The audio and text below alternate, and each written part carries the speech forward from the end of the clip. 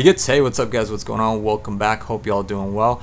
So this is my first CONCACAF game that I watched on my own. I've never done that. History has been made. I think the only time I watched a CONCACAF game was with my dad, probably at some point, because he enjoys these types of games for some reason. So yeah, I was mostly interested in watching this game just because I wanted to see the U.S. and how they were playing, what kind of team they had.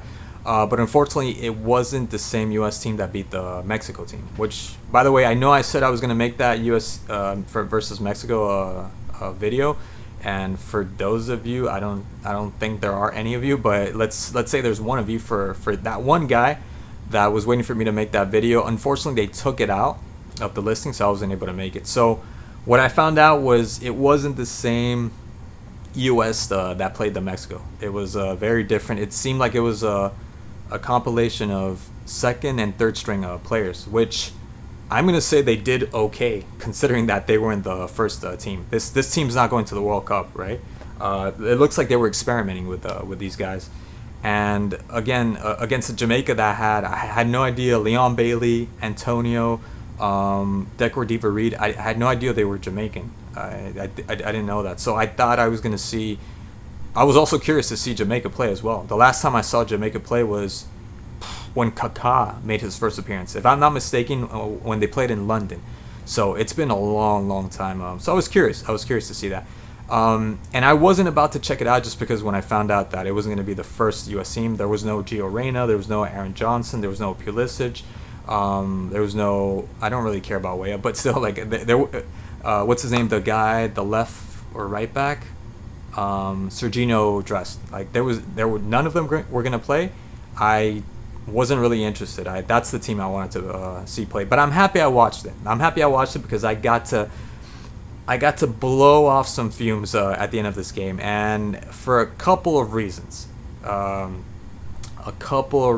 Or a couple of players, I should say. As for the game, look, I didn't think the pundits were arguing that, oh, nobody's above the U.S. not being able to play, because according to them, the U.S. are kings of the CONCACAF, so they should have put in a better performance. And they should have, because Jamaica didn't really do anything. It seemed like they took it easy on them. Yeah, there was a lot of physicality, a lot of running around. It was a very lively game, but in terms of chances, Jamaica had two chances. The penalty, that could have been the second goal. The first one was pretty much gifted by the U.S. with Mike Miazga, dropping too early and having 3-4 players on side. But then Jamaica had the chance with a penalty twice. You could actually say three. They had three opportunities. The penalty that was really well blocked from Turner, and then the rebound that should have gone in. Definitely should have gone in. So that's pretty much all they had. That's pretty much all Jamaica did. But the U.S. also had no creativity. There was nobody that stood out, nobody to take the helm and being able to do anything with the U.S. That was the weirdest thing. It was only DeAndre Yedlin, the only one that was kind of, and you could tell his experience, from playing so many years with the U.S. team. Someone that I haven't really watched. I think he plays for Inter Miami, last I checked. I remember him when he got scouted to Tottenham, but that was such a long time ago. He was like the better piece of the U.S., like the one that made the least mistakes. The U.S. could have done way better, but again, a lot of these players, like maybe at least 5 of them were under 21.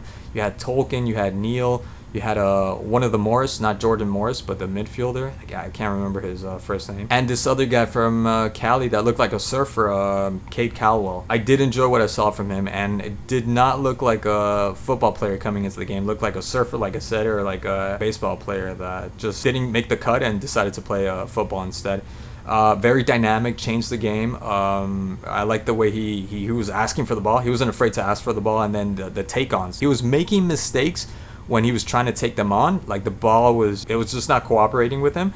But I like the fact that he put in that effort, and he was bold enough to try. So I think it's a player that one should look out for. So young players, I didn't expect them to do that much against a more experienced maybe Jamaican side. But the pundits, the two pundits, ex-players, Alexis Lalas and Stu Holden, that were saying that they should have done better. They should have done a lot better. And I could see that because they did miss out on some key opportunities. There was one from Aaron Long, if I'm not mistaken, one of the central defenders, with a cross from Sonora. I think it was a corner kick, and if he only opened his eyes, He could have headed the ball in. It was in the 30th minute, if I'm not 34th minute, I think. That should have gone in back of the goal because he had everything to just to open your eyes and just to head it in. And I don't know, kind of turned his head for a second and ended up hitting his shoulder. And then there was a play with Tolkien to Sonora to Ferreira, and Ferreira giving it right to Jordan Morris that ended up being by himself and ended up being blocked by Blake, the Jamaican goalkeeper. I can't remember his first name. That was another chance that the U.S. had. So the U.S. had some chance. Oh, the one with Yedlin, DeAndre Yedlin with a throw-in, and Zendejo's by himself kicking it way over the top. And the U.S., I thought, did a decent job. According to the commentary, this team never practiced, doesn't have that much experience playing with each other. That's saying a lot. I give them a lot of credit to go out there and play the way they played. They played an international match. It's a big match or a big tournament, and I thought they did really well. I'd like to see, something more, and I think the game against St. Kitts and Nevis, they're going to play a lot better. Now, the reason why I was fuming was these two players that I mentioned, Sonora and Ferreira. I don't know who to start with. Let's start with Ferreira, who is fresh off my mind with the last goal, or the assist, you can say. That was a horrible, an embarrassing cross, okay? And he made another one like that in the beginning. That cross was nowhere near Brandon Vasquez. That hit Lembekisa, ended up hitting him and just landed right to Brandon Vasquez, who ended up just, ripping it in the back of the net.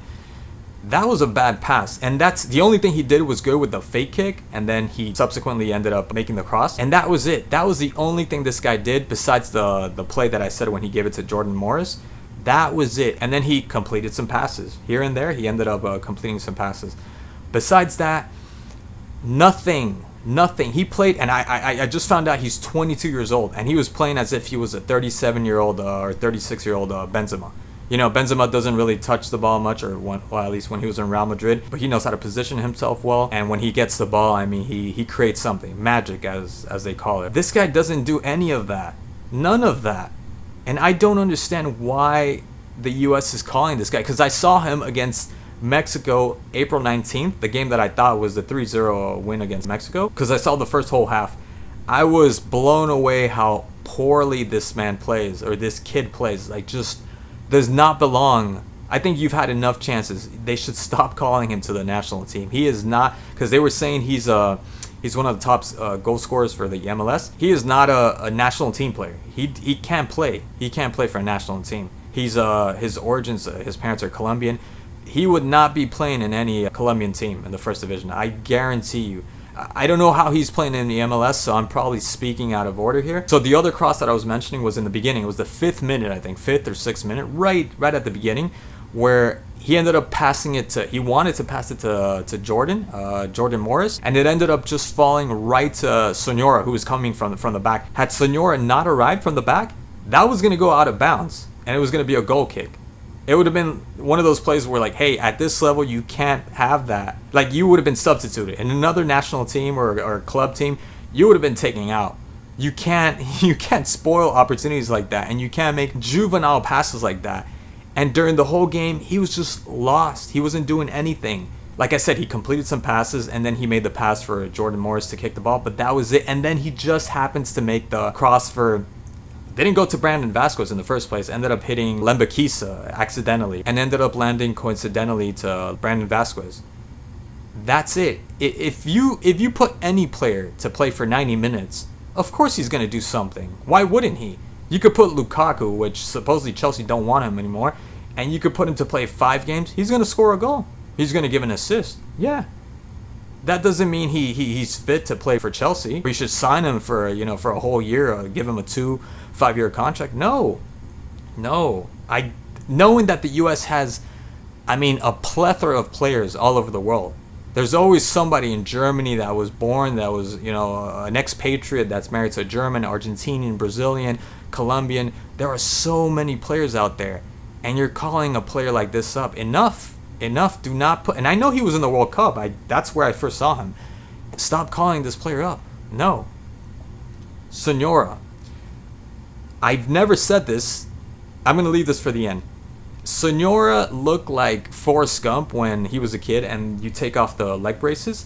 his biomechanics, he just doesn't look like he's athletic. It's just, I hate to criticize somebody on their aesthetics, like I'm fat shaming somebody. Bro, he looks fragile, unprepared, weak.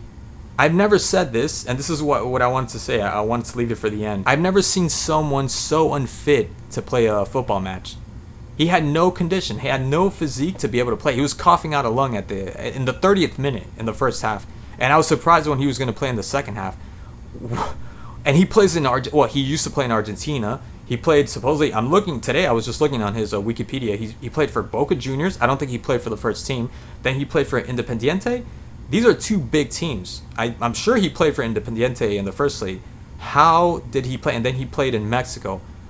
How? I've never seen him play for a club team, so he might be killing it. And he was just nervous or whatnot, but that guy was tired. He was tired. I've never seen a player in all my years not be physically fit to play a game. He was not fit to play this game. Why? And they took him off the second half. Thank God. Thank God. So, whew, I'm not going to lie to you. I was actually thrilled that I got to see that, because it was something that took me away from the game not really being that entertaining. There weren't really that many goals. The first goal for the U.S. came towards the end of the game. So it was interesting to see that the U.S. is calling people that have no right. They're just club players. They're not national team players.